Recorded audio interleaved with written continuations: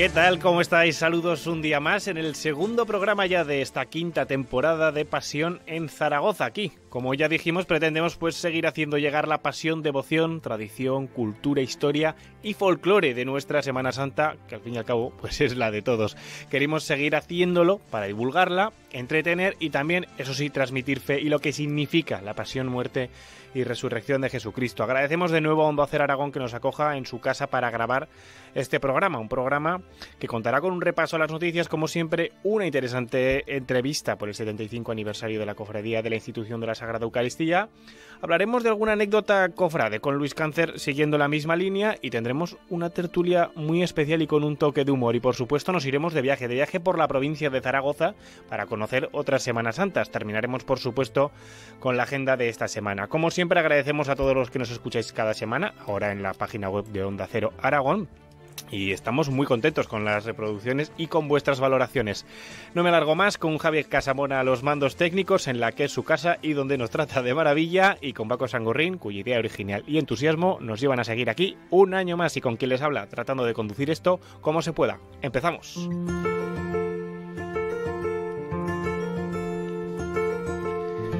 No queríamos empezar sin agradecer los mensajes, por supuesto, de agradecimiento del primer programa. Paco Sangorrín, ¿qué tal? ¿Cómo estás? Buenas, Carlos, ¿qué tal? Muy bien. La verdad es que han sido muchos los mensajes, Me ha sorprendido, Sí. Otros años no había recibido tantos mensajes positivos como este año. La verdad es que gustó mucho la entrevista al arzobispo, la gente se ha llevado una sorpresa, yo creo, con el talante, con la forma de ser, la forma de hablar del arzobispo, así que yo creo que hemos empezado muy alto, a ver si conseguimos mantener el nivel. Exacto, vamos a tener además la ocasión de escucharlo en Semana Santa el arzobispo, así que yo creo que los que lo conozcan saben que los que lo conocen menos se seguirán sorprendiendo. Pues, ¿qué cosas me puedes ir contando de la semana, Paco? Pues nada, ya es que la semana he aprovechado mucho, He estado, sí, el jueves, como tuve que ir al centro a hacer unas cosillas cerca de la parroquia del Perpetuo Socorro, pues me pude acercar a la exposición antes de la misa de 8. Dije, venga, rápido, que va a empezar la misa. Y la verdad es que me gustó mucho la exposición, porque tienen... La parte fotográfica, pues bueno, es más conocida quizá, el que haya googleado mucho, pues la conocía muchas imágenes y tal, pero la parte del patrimonio está muy bien, porque al final... las cofradías que tienen mucho patrimonio así muy de detalle, en la procesión no se aprecia, ¿no? Entonces, sí. En cambio, en la iglesia puedes acercarte y ver los detalles, y bueno, de todas las cartelas, de los faroles, el paso, o sea, no sé, está muy bien. Invito a todos a que vayan a verlo, que saquen un ratillo. Con 15 minutos ya aprovechas mucho, O sea, que tampoco es que hay que pegarse una hora, pero vamos, con estar un ratito se disfruta mucho. Hablaremos de eso y de más actos, ¿no? que has tenido lugar. Sí, yo pude acudir el viernes a las veneraciones de Jesús de la Humildad y de Jesús Nazareno, que fueron ahí muy cerquita las dos. ¿Y te acuerdas, Carlos, que hablamos la semana pasada de los besapiés? Sí. Pues bueno, que sepas ya que en Huelva ya ha habido 2 besapiés al uso tradicionales, en los que la gente podía besar la imagen si quería, se daba libertad a cada uno. Bueno, y no ha pasado nada, ¿no? Bueno, yo sepa, no, pero vamos, me llamó la atención, estuvimos hablando el martes. Sí, que fue un tema de... Y justamente el fin de semana lo escuché, ¿no? Y me llamaba la atención y dije, pues van a tener razón aquí los que apostaban por ello, ¿no? Desde luego, y también hemos tenido procesión en las calles de Zaragoza. También. Estuvimos retransmitiéndola un poco desde el Instagram de Pasión en Zaragoza, la procesión de San Lamberto, que las congregó bastante gente, Se nota que hay ganas de Semana Santa, había gente siguiéndola. También gente sorprendida porque decía, ¿esto qué es? Que de las delicias. No, la gente por aquellas delicias no acostumbrada a los tambores, de repente esto claro. cofradía es. Pues le explicabas que era el centenario y tal. Esas y ahí cosas, está, ¿no? Paco Sangorrín, que no se pierde ni una, por supuesto. Bueno, hago lo que puedo. Es que tengo muchas ganas este año, las cosas como son, No, esto está claro. Y hay más nuevas procesiones este año, ¿no? De las que vamos a hablar un poquito. Sí, así a modo de noticias ya han salido los nuevos recorridos y hay 2 novedades principales. Por un lado, el lunes santo, la Hermandad de la Dolorosa deja de participar en el Via Crucis que organizaba la Parroquia de los Dolores del barrio de las Fuentes, o San José, no sé muy dónde está, se ubica. Y entonces va a organizar ese mismo día una procesión propia, la procesión del recuerdo. Comenzará a las 8:30 de la tarde-noche desde el Colegio de la Compañía de María hasta la iglesia de Nuestra Señora de Gracia en el Hospital Provincial, donde finalizará sobre las 10:30 de la noche. Bueno, siempre nos gusta ir conociendo estas novedades, que no son las únicas.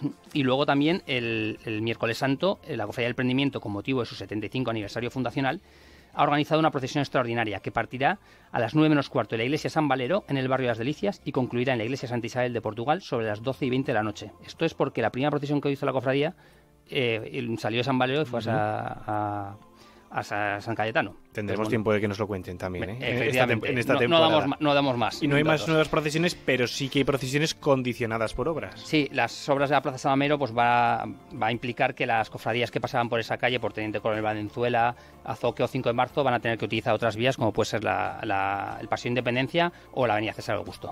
Y terminamos hablando del galardón tercero. La Asociación para el Estudio de la Semana Santa ha declarado desierto el galardón del año 2021, al igual que hiciera el año pasado, pero hará entrega este año del galardón 2019 que no pudo entregar en la Cuaresma de 2020 por la pandemia del COVID. El galardón recayó en la Fundación Lágrimas y Favores de Málaga, que aprovechando su visita a Zaragoza para recoger el premio el próximo 31 de marzo, también ofrecerá una conferencia en torno al impacto económico del turismo en la Semana Santa el día anterior, el día 30. Muy interesante, estaremos atentos a ello y ahora atentos a la entrevista. Vamos con ella.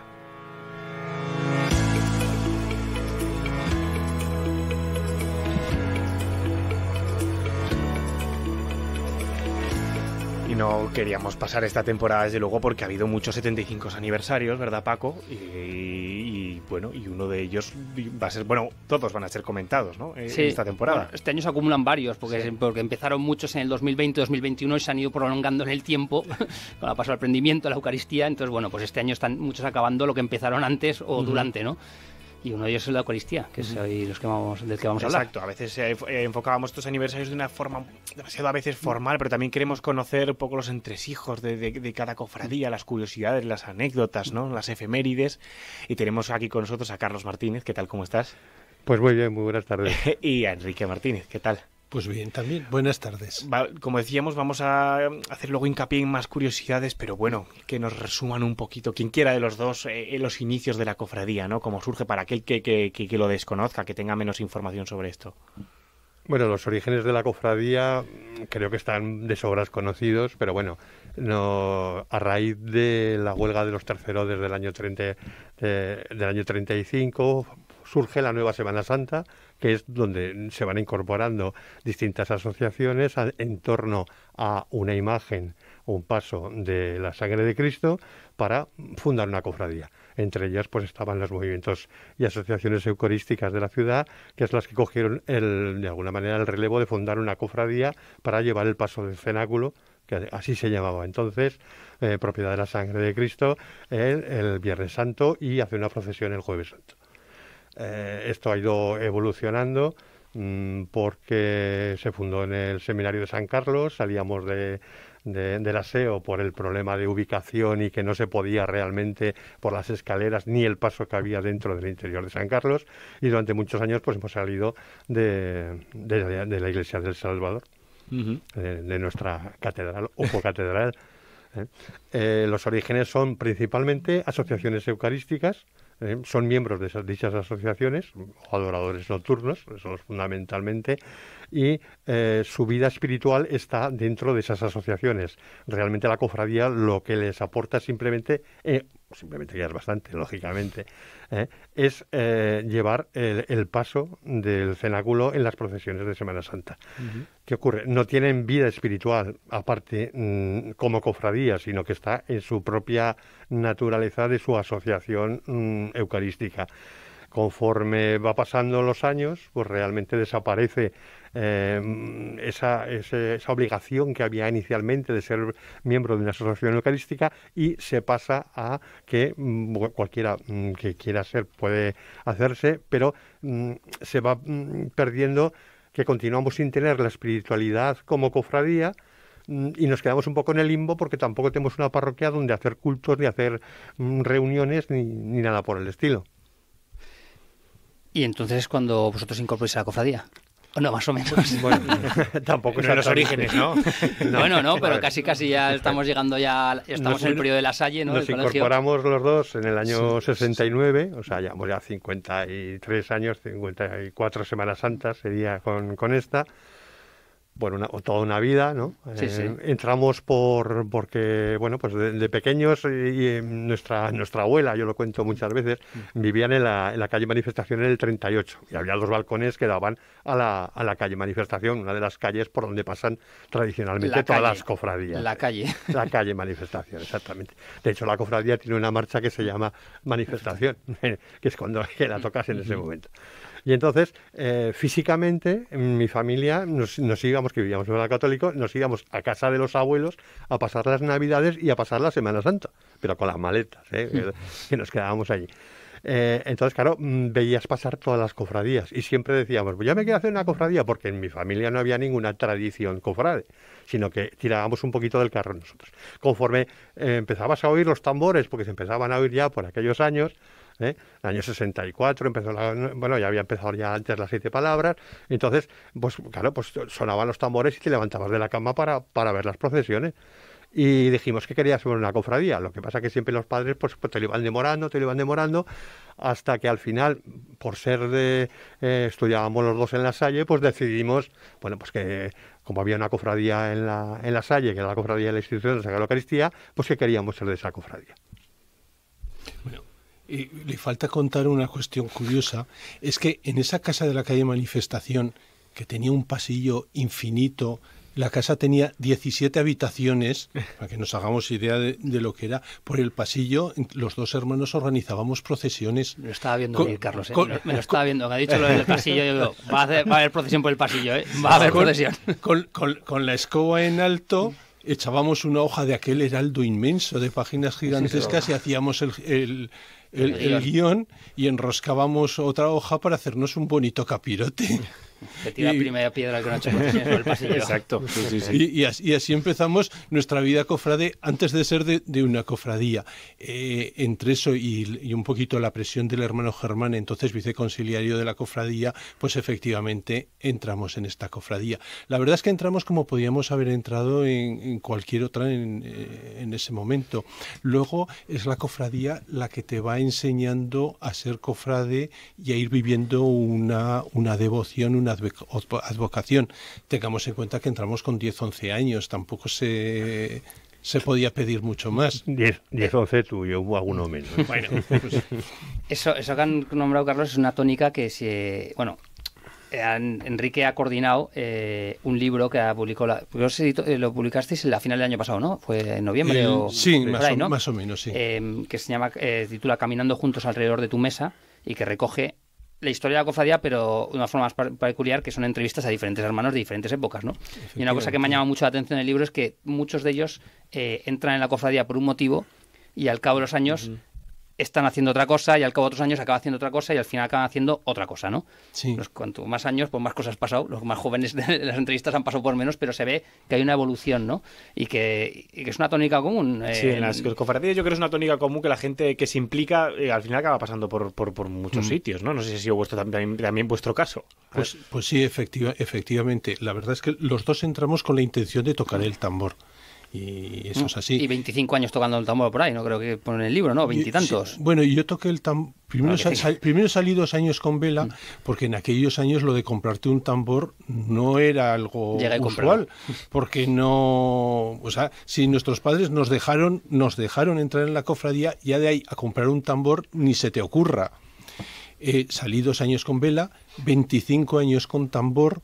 He salido 20 años llevando el paso a Varal y a Costal y 7 años de pertiguero. Si sumas dices imposible, si llevas 53 años te has pasado. Claro, porque cuando el paso no salía el Viernes Santo, dejamos de sacar el paso del Cristo del Amor Fraterno, yo salía el martes en el Vía Crucis y el viernes en el Santo Entierro con el tambor y el jueves con el paso. Con lo cual, efectivamente, vas haciendo de todo. Pero es que en realidad lo que pasa es que te implicas con la cofradía y estás a lo que hace falta en la cofradía. No es tan importante el tocar el tambor, sacar el paso o llevar una vela. Es que hace falta porque la procesión la hacemos al final entre todos. Claro. La cofradía... hay una cosa que me ha llamado, que me llama la atención de la Eucaristía, es una cofradía que ha pasado por muchas circunstancias o muchas etapas, ¿no?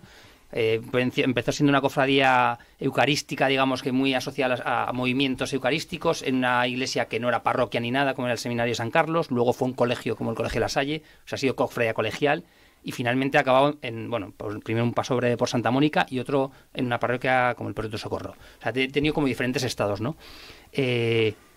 ¿Cuál es la diferencia o qué es lo que apreciáis entre cofradía colegial, una cofradía y una parroquia? ¿qué ventajas tiene? O sea, no me gusta hablar de ventajas, ¿no? Pero ¿qué características tiene una, tiene la otra, qué le falta a una, qué le sobra a la otra, ¿no? Digamos. A ver, yo te puedo hablar de mi recuerdo como hermano de la cofradía, que en los primeros años que estábamos ya en el colegio La Salle, no teníamos una vida propiamente como cofradía, sino simplemente salíamos en Semana Santa, y yo recuerdo el Viernes Santo, cuando te despedías de los hermanos, acababas con unas hasta el año que viene. O sea, tenías convivencia durante la época de los ensayos, 2 meses de ensayos, terminaba la Semana Santa y ahí se organizaba un vacío tremendo, porque realmente no había actividades. Conforme se fue pasando a una parroquia, empezaste a integrarte en la vida de la parroquia. Porque claro, lógicamente estás en un sitio, tienes que participar, te dan, tú das. Esto funciona así. Y bueno, y lógicamente, ¿no? Entonces, ahora nos empezamos a integrar en la vida de una parroquia, más en el Perpetuo Socorro, porque en Santa Mónica, bueno, pues fue un empezar, ¿no? Un caminar a colaborar con una parroquia. Pero empezamos a descubrir que había que hacer actividades todo el año. O sea, había que hacer eucaristías, había que hacer vinos españoles, actividades lúdicas. ¿Para qué? Para que la gente viniese, se conociese, confraternizase, hiciesen amistad y se les surgiese la necesidad de volver al día siguiente, ¿no? Y entonces ese compartir, ese convivir, es lo que te lleva a hacer otras cosas, a implicarte en la vida de la cofradía, porque hace falta hacer recibos, que los hacíamos a mano en aquel entonces, ¿eh? O sea, los sobres a mano, los listados a mano, cobrábamos recibos, hacíamos la lotería, cobrábamos la lotería. O sea, hacías un poco pues de todo lo que se puede hacer en la cofradía. Yo entré en la Junta con 18 años, o sea, claro, unos señores mayores allí, que una cosa, una seriedad y demás. Llegabas tú, chaval de 18 años, que parecía que te agobiaba un poco, ¿no? Luego ya, bueno, pues la soltura de cada cual pues va a notar un poco alas a la situación, ¿no? Pero realmente la vivencia como parroquia y ese sentimiento, el integrarte, el ir madurando un poco tu vida cristiana y tu vida de dedicar a los demás, de voluntariado, de participación, hasta que no llegas a una parroquia, realmente no lo hemos tenido. En el colegio no hacíamos más que primero unas misas cada mes o cada 2 meses, pero es que desaparecieron de hacer misas porque no iba la gente, ni los propios antiguos de la cofradía. Entonces, claro, todas esas cosas va modelando la forma y la participación. Al final, que lo que te queda es que los amigos los tienes en la cofradía. Y claro, tú te relacionas con quién, con tus amigos. Entonces, a la vez que vas, puedes ir a preparar una cosa, o puedes ir a hacer otro acto, o puedes ir a hacer... Pero estás siempre como en familia. Yo siempre digo que la cofradía es como mi familia realmente. Uh-huh. ¿Y os podéis contar un poco? Porque la etapa de la cofradía en Santa Mónica es una etapa que es poco conocida, por lo menos en general hay pocas fotografías. Contar un poco, sí. Un periodo breve, pues que hay como buena información, ¿no? ¿Por qué se llega allí y por qué se sale de allí, digamos? Precisamente por eso voy a empezar un poquito antes, que es en el colegio La Salle. Como decía mi hermano, en el colegio estábamos bien o nos encontrábamos bien. De hecho, nos daban facilidades para todo, que era para hacer los ensayos de tambores. Ensayábamos en el salón de actos del colegio.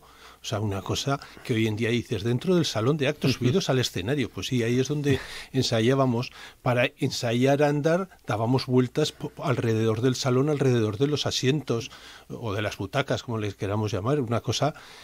Pero ¿qué es lo que pasa? En el colegio tienen que transformar la capilla en polideportivo.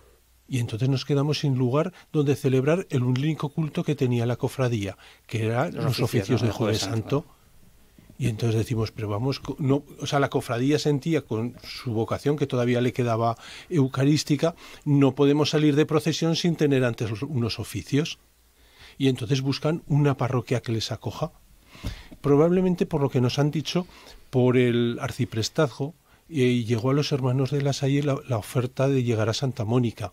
Y fuimos a Santa Mónica, estuvimos, me parece recordar que fue 4 o 5 años, empezamos bien, pero luego faltó feeling, vamos a decirlo así.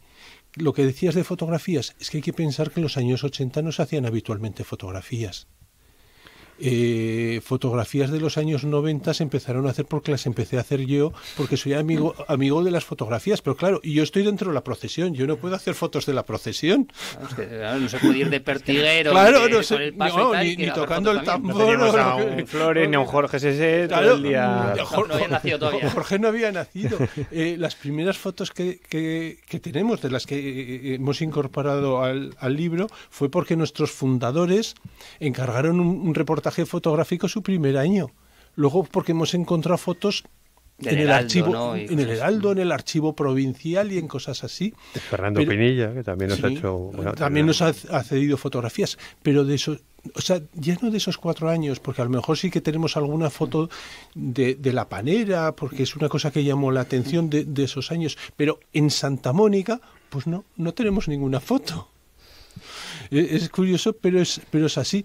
Y luego llegamos al Perpetuo Socorro, pues buscando, porque ya habíamos empezado a degustar lo que era estar en una parroquia, esa vida un poquito espiritual.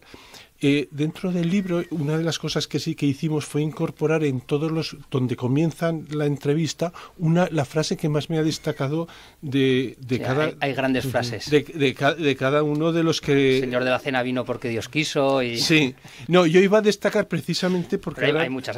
Ahora me ha parecido más apropiada la de mi hermano Carlos, que viene, es que ahora no la encuentro, viene a decir algo así como que la cofradía... Es como el cordón umbilical que me ha unido a la iglesia. A la iglesia. Que me ha mantenido unido a la iglesia. Entonces, ese es un poquito lo que hemos encontrado en una parroquia. ¿Y consideráis que tiene continuidad esa unión, ¿no? Ese cordón umbilical entre la cofradía y la iglesia a través de una parroquia? Sí.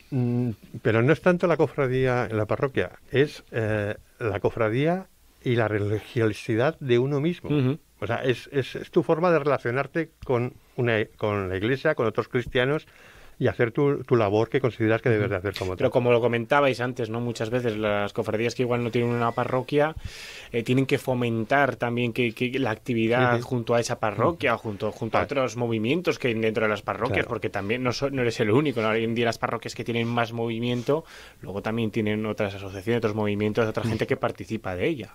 Pero es lógico, o sea, cuando tú tienes una digamos, desde crío, que tienes unos padres que son bastante religiosos, muy practicantes y te meten un poco pues en la rutina, ¿eh?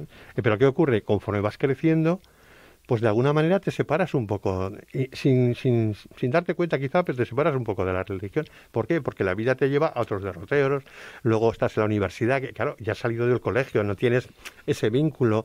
Después de que sales del colegio, vas a una universidad y después, pues ya para cuando te quieres dar cuenta, estás metido en el mundo laboral, no sé qué, y parece que no vas teniendo tiempo, ¿no? Entonces, de alguna manera, ahí es donde digo que es el cordón umbilical. Si yo realmente no hubiese estado en la cofradía y no me hubiese implicado en la cofradía, posiblemente no estaría tan implicado como estoy ahora en la parroquia.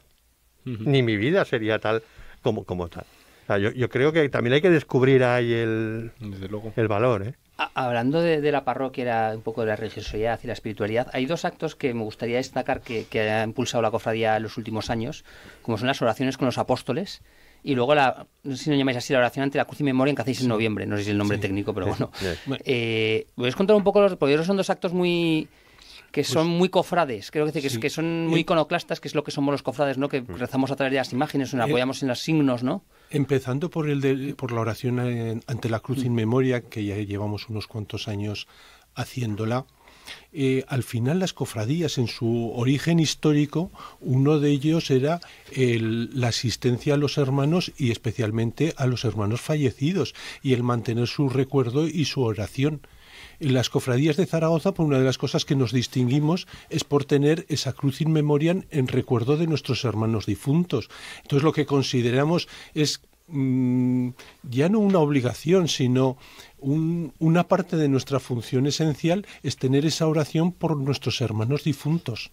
Nuestra cruz in memoriam tiene una peculiaridad, no lleva placas con los nombres de los hermanos, porque queremos que todos estén en la misma cruz. Queremos que esa cruz siga siendo nuestra representación cuando ya dejemos de estar aquí en cuerpo. y seguir saliendo o compartiendo la vida con nuestros hermanos. Y en esa oración tenemos una serie de lecturas y unas cuestiones, y siempre buscamos una persona que venga a hacernos una especie de sermón, de pregón, llamémosle como queramos, llamando la atención a los hermanos sobre esa cruz in memoriam, sobre el recuerdo de los hermanos difuntos, y es un acto íntimo, porque al final es para la cofradía, pero que tiene un gran predicamento dentro de la cofradía. Este año, precisamente por eso de que nuestra cruz no lleva los nombres, hemos creado un libro de difuntos, donde tenemos inscritos todos los hermanos difuntos y lo ponemos a los pies de la cruz. La otra es, pues lo que la otra oración sobre la que llamas, es la que nos ha permitido ese apostolado que tenemos, que es hacer una oración con los apóstoles. Al final es una excusa para tener también un rato de oración, Bueno, lo que decía Carlos, ¿no? Acercarte a la parroquia y que el mes que viene nos volvemos a ver en la siguiente oración. Y aprovechando esas maravillosas imágenes que tenemos de los apóstoles, que al final pues también dan mucho juego pues para buscar una oración, un momento de reflexión con poca luz. Bueno, son momentos que se van creando. Y son muy catequéticas, os quiero decir. Se puede hacer una catequesis con ellas explicando pues, los motivos y acercarlas a los hermanos y al que se quiera también aproximar a la Iglesia, a esa oración. Desde luego seguro que tendríamos para horas con la mitad de las preguntas que preparado Carlos siempre se me quedan en el tintero. Pero bueno, lo tenemos plasmado en un maravilloso libro que ya nos ha presentado Paco. Pero antes de despediros, pues hemos preparado un pequeño test rápido, cofrade. Venga, Paco, vale, dispara. Un recuerdo cofrade. Un recuerdo cofrade. Tiene que ser respuestas rápidas. Sí. Yo el primer recuerdo así fuerte que te pueda decir es el del Señor de la Cena el día de la bendición. La primera vez que vi la imagen. Pues yo te destacaría, al hilo de lo que comentaba antes mi hermano, ese primer año en el que bendecíamos el paso a varal del Cristo del Amor Fraterno, que habíamos salido los dos tocando tambor después de toda una temporada de ensayos. El hermano mayor subió al púlpito y nos dice: la cofradía no puede bajar así el paso de la cena. Necesitamos más gente que nos ayude. Dejamos el tambor y el Jueves Santo salíamos con el paso a varal. Un olor cofrade. ¿Un olor? El incienso. ¿Y un sabor? Uy. Las torrijas. No sé, pues yo quizá desde mi punto de vista te diría el panácimo de la Sagrada Forma. A los cofradías nos falta rápido. Aquí. Yo creo que implicarnos un poquito más. Sí. Yo creo que ser más cofrades, o sea, más hermandad durante todo el año. Tenemos muy cerca la Semana Santa, pero todo el año nos falta un poquito. ¿Y qué nos sobra? Ruido. No, en serio. Lo que quizá nos sobra es lo que nos falta precisamente. Tenemos carencias muy fuertes de esa religiosidad de la que te he hablado, ¿no? Entonces yo creo que hay que religar eso. Pues quizás sí. Vale. ¿En qué momento de la Pasión de Cristo os hubiera gustado estar? Yo en la última cena. yo también. Un día de la Semana Santa. El Jueves Santo. Sí, Jueves Santo, claro. Un rincón para ver procesiones. El casco antiguo, la Plaza Santa Marta, todas esas callecitas donde la cofradía se pierde y tú te puedes meter entre medio. Tú, es que la estás viendo, vamos, te puedes meter un poco entre medio y se gana intimidad. ¿Y un lugar para ver vuestra procesión? El Prado de Santa Marta. Pues también. Habéis barrido para casa, ¿eh? Claro. Un momento. Bueno, es lo que vivimos. Luego también, luego también en Semana Santa suelo estar allí viendo las procesiones, ¿eh? Un momento de la Semana Santa de Zaragoza que nunca os perdéis. Si este año voy a tal hora, a tal sitio, ahí me encontraré con vosotros. Pues yo cuando puedo... Que no sea vuestra procesión, claro. No, sí.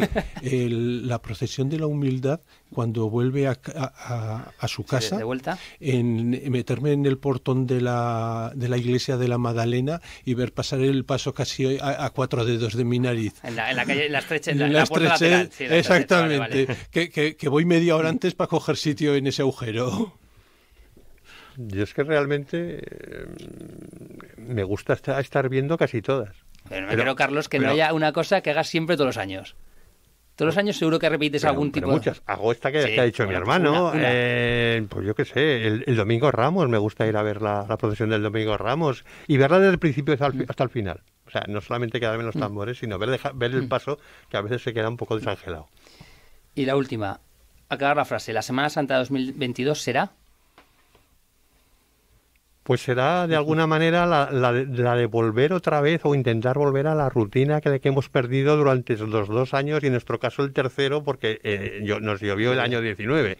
Entonces a ver si Dios quiere que no nos quiere salir y no llueve.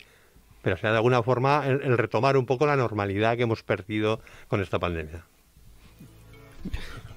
Bueno, terminamos con un audio, ¿verdad, Paco? Sí, vamos a terminar con un pequeño audio de la presentación del libro que coordinó Enrique. No es el libro de Enrique, pero sí que está coordinado con él porque él ha hecho todas las conversaciones con todos los hermanos protagonistas. Entonces vamos a escucharlo, que creo que que resume muy bien el libro.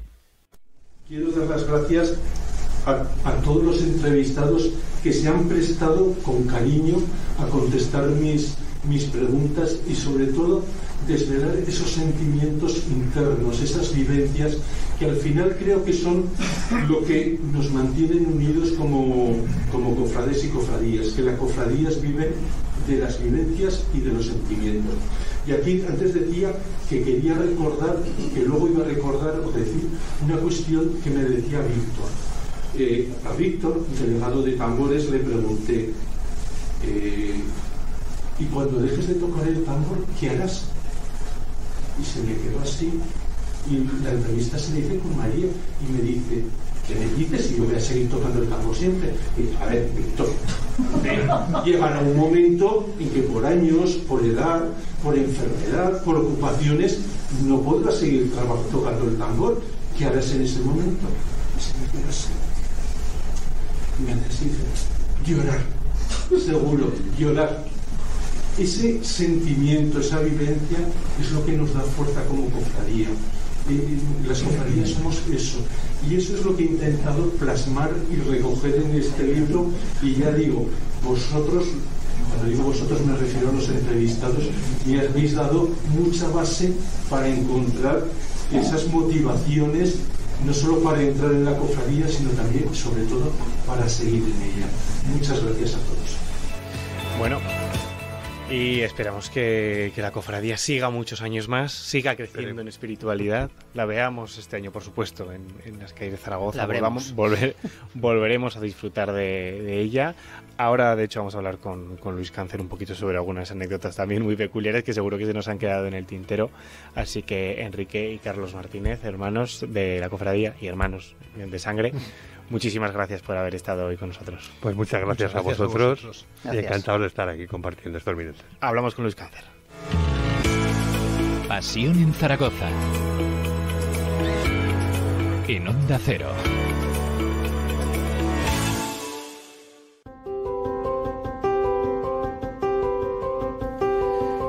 Redobles del pasado, una semana más para que Luis Cáncer nos traiga anécdotas, historias, la historia en general de la Semana Santa de Zaragoza. Y hoy, por continuar la misma línea, vamos a hablar de la Eucaristía, que también nos deja curiosidades, ¿verdad, Luis? Unas ¿qué tal? Cuantas hay, ¿qué tal estáis? Pues sí, hombre, tienen muchas. Yo me gustaría centrarme quizás en un temita, que es el tema del paso a varal. Ahora la Eucaristía la conocemos ciertamente como una cofradía que introdujo el costal en Zaragoza y que yo creo que eso ha cambiado un poco también, para bien, para muchos, y yo creo que para toda la Semana Santa ese significado de llevar los pasos. Pero durante un tiempo sí que tuvieron ahí la peana del Cristo del Amor Fraterno, que se llevaba a varales continuamente. Pero antes de ello, si quieres una anécdota curiosa, han llevado de paso hasta una panera. En el año 81, algunos recordarán, los más antiguos, que se produjo el hundimiento del techo del garaje Solano. Y el paso, donde se guardaban los pasos. Donde se guardaban. De pasos. Sí, exactamente, Paco. Y el paso de la Eucaristía fue uno de los más dañados. Y entonces, claro, ese año no tuvieron posibilidad de poder sacar el paso. Sí, porque el hundimiento fue pocas semanas antes de la Semana Santa. No había tiempo material para arreglarlo. Decidieron sacar una cesta de mimbre con el pan que presidía la mesa del paso de la Sagrada Eucaristía para sacarlo como paso de la cofradía. y de hecho se ha quedado, creo, Paco, como atributo. Sí. Fíjate, cosa tan simple, pero tan significativa. Para ellos, creo que sigue siendo muy significativo. De hecho, si no me falla la memoria, creo que reparten el pan después del Santo Entierro, el pan se reparten los hermanos, es decir. Y yo creo que es algo que nos hemos preguntado todos alguna vez, ¿eh? Sí. Eso. Pues eso Porque no lo sabíamos. Es un tema curioso que hace ya años, estamos hablando del año 81. Para algunos de nosotros es como antes de ayer, pero por otros muchos no. Por eso esperamos. Pero centrándonos en lo que os quería comentar, eran dos anécdotas que tuvieron con el paso varal. El paso varal les produjo ciertos problemas. Fue una apuesta importante que hizo la Eucaristía en los años 90, en el 91, ¿no? Y hay que reconocer que tuvieron algunos problemas. Por ejemplo, yo recuerdo que en el año 91, que sale por primera vez, pues el martes cuando lo estrenan ven que hay mucho peso, el jueves tienen que añadir más hermanos para llevar la peana porque con los 12 que tenían pesos no podían. La peana se les descuajeringó, perdonar por la palabra, un poquito el propio jueves, y se encontraron el viernes con un problema gordo, que la peana estaba en unas condiciones bastante malas para poder salir en el Santo Entierro. Menos mal que tienen a un hermano maravilloso que muchos conocen, que es Pepe Lara, que con tornillos, todo y tal, y con unas arandelas muy curiosas, que estamos hablando que es Viernes Santo, no había nada abierto para poder comprar. Tenían de todo menos arandelas. ¿Qué utilizaron como arandelas para poder arreglar el paso y que salía en el Santo Entierro? Monedas de 25 pesetas. Que algunos recordarán que era una monedita, una monedita de un tamaño como de los 20 céntimos de euro actual, calculo un poquito más grande quizás, que tenían un agujero en el centro. Y justo por ese agujero pasaba las guías que querían poner con los nuevos tornillos y poder asegurar la peana para que pudiera salir. Una de las cosas muy curiosas. Qué imaginación, madre mía, para llegar a eso. Pepe Lara ahí ha hecho muchas cosas. Pepe Lara, sí. En los pasos de la Eucaristía es el, vamos, y dio grandes soluciones. Esta misma peana hay que recordar que un año después, en la procesión del Santo Entierro, nada más salir, se habían alargado varales, porque habían visto que con la anterior llevaban mucho peso, era muy dificultoso el poder procesionar con ella, alargan varales, lo reestructuran, lo levantan un poco para hacer las subidas y las bajadas menos bruscas, pero llegan y tienen la mala suerte de que el Viernes Santo, en la esquina de Mercado Central, con César Augusto, se les arquea y se les dobla el varal delantero derecho. ¿Cómo pueden llevar entonces la peana todo el Santo Entierro? Pues aquí surge la anécdota de los primeros costaleros de Zaragoza sin costal. Costaleros de emergencia. Exactamente. Y lo que hicieron fue, a los hermanos que portaban más altos los pusieron en ese varal dañado para que puedan aguantar todo el peso posible, y del resto de varales cogieron a uno de los hermanos, que con los que sobraban de ese varal derecho, se metieron debajo de la peana y cual costaleros en un paso de varal acercaban el paso durante el Santo Entierro y lo pudieron llevar. Pero ponte a pensar eso en ese momento recién comenzada prácticamente la procesión. Tremendo, de carne de gallina. Con las prisas que íbamos siempre, sobre todo antes, en el Santo Entierro, y ponte a pensar eso y a encontrar unas soluciones en segundos. En segundos. ¿Qué hacemos? Y ágiles, pero para eso en tangentes con grandes cabezas y pensantes como Pepe en este aspecto, ¿no? Yo creo que eran importantes. Bueno, después esta peana sí que es verdad que se utiliza incluso en los martes santos después para rebajarle peso, exactamente. Llevaban una cruz, es verdad. Sí, llevaban una cruz con un sudario y el paso de la soledad de la cruz, es verdad, que lo portaban en los viacrucis que hacían el martes santo en la parroquia del Perpetuo Socorro. Es verdad. Eso lo recuerdo, me lo acabas de recordar, tengo un flashback al pasado de haberlo visto alguna vez, de un crío, muy crío, sí. Pues fueron 2-3 años, creo recordar, del 93 al 95 aproximadamente. Tampoco sé seguro de decirte cuáles son. O sea que a esa peana sí que tuvo mucho trabajo para los años que salió. Sí que es verdad que después, el 4 de abril del 96, la peana ya no salió como tal, porque salió por primera vez el paso al costal de la Eucaristía, el primero de todos, el del Cristo del Amor Fraterno. Yo creo que en la Eucaristía pueden decir de verdad que Dios aprieta pero no ahoga, porque les apretó, pero consiguieron salir de todas estas han tenido circunstancias. Muchas circunstancias, anda, que también, Paco, podemos recordar incluso la granizada del Santo Entierro del 2005, de hecho, uno de los pasos que más sufrió. O sea, que hay que reconocer que la Eucaristía, pero siempre ha sabido salir adelante, siempre ha luchado para... Sí, verdad, sí, señor. Bueno. Y es algo, creo que muy bonito, y creo que es merecedor de que la gente lo recuerde. Exacto. Parte del espíritu, ¿no?, de los cofrades en esta Semana Santa de Zaragoza, esa capacidad de sobreponerse a todas estas dificultades en momentos muy complicados y a lo largo de toda la historia. Hombre, ¿no? El 2005 fue difícil para muchos, sobre todo las primeras. Eucaristía fue una de las, pero para la entrada fue terrorífico. Ese año yo creo que Los que lo recordamos. Yo, vamos, no sé si ya lo he contado en algún programa, pero el volver desde el Caracol, la calle Azoque, que nos pilló allí toda la granizada, y darnos la vuelta y volver cuando el paso tuvo que entrar en Santiago de unas maneras, prácticamente llamando a la puerta, golpeando, y volver. Mucho. Ahora hay un plan. Cómo han cambiado las cosas para sí, bien, gracias a Dios. Yo creo que todos aprenden. Pero ojo, que estamos hablando del 2005. Que fue antes de ayer. Sí. Y hasta entonces no teníamos ningún plan para este tipo de procesiones. De emergencia, digamos. Ninguno. Estamos hablando del 2000. Es que es antes de ayer, lo que es la historia de la Semana Santa de Zaragoza. Antes de ayer, 2005. 2005. Parece mentira. Esperemos que esto no vuelva a suceder y bueno, ya estamos de otra forma. Este año no nos puede llover. Y eso que nos cae abril. Ay, madre mía. No dejamos, tapamos el cielo. Luis, muchísimas gracias por estar una semana más aquí y volvemos la que viene con más anécdotas.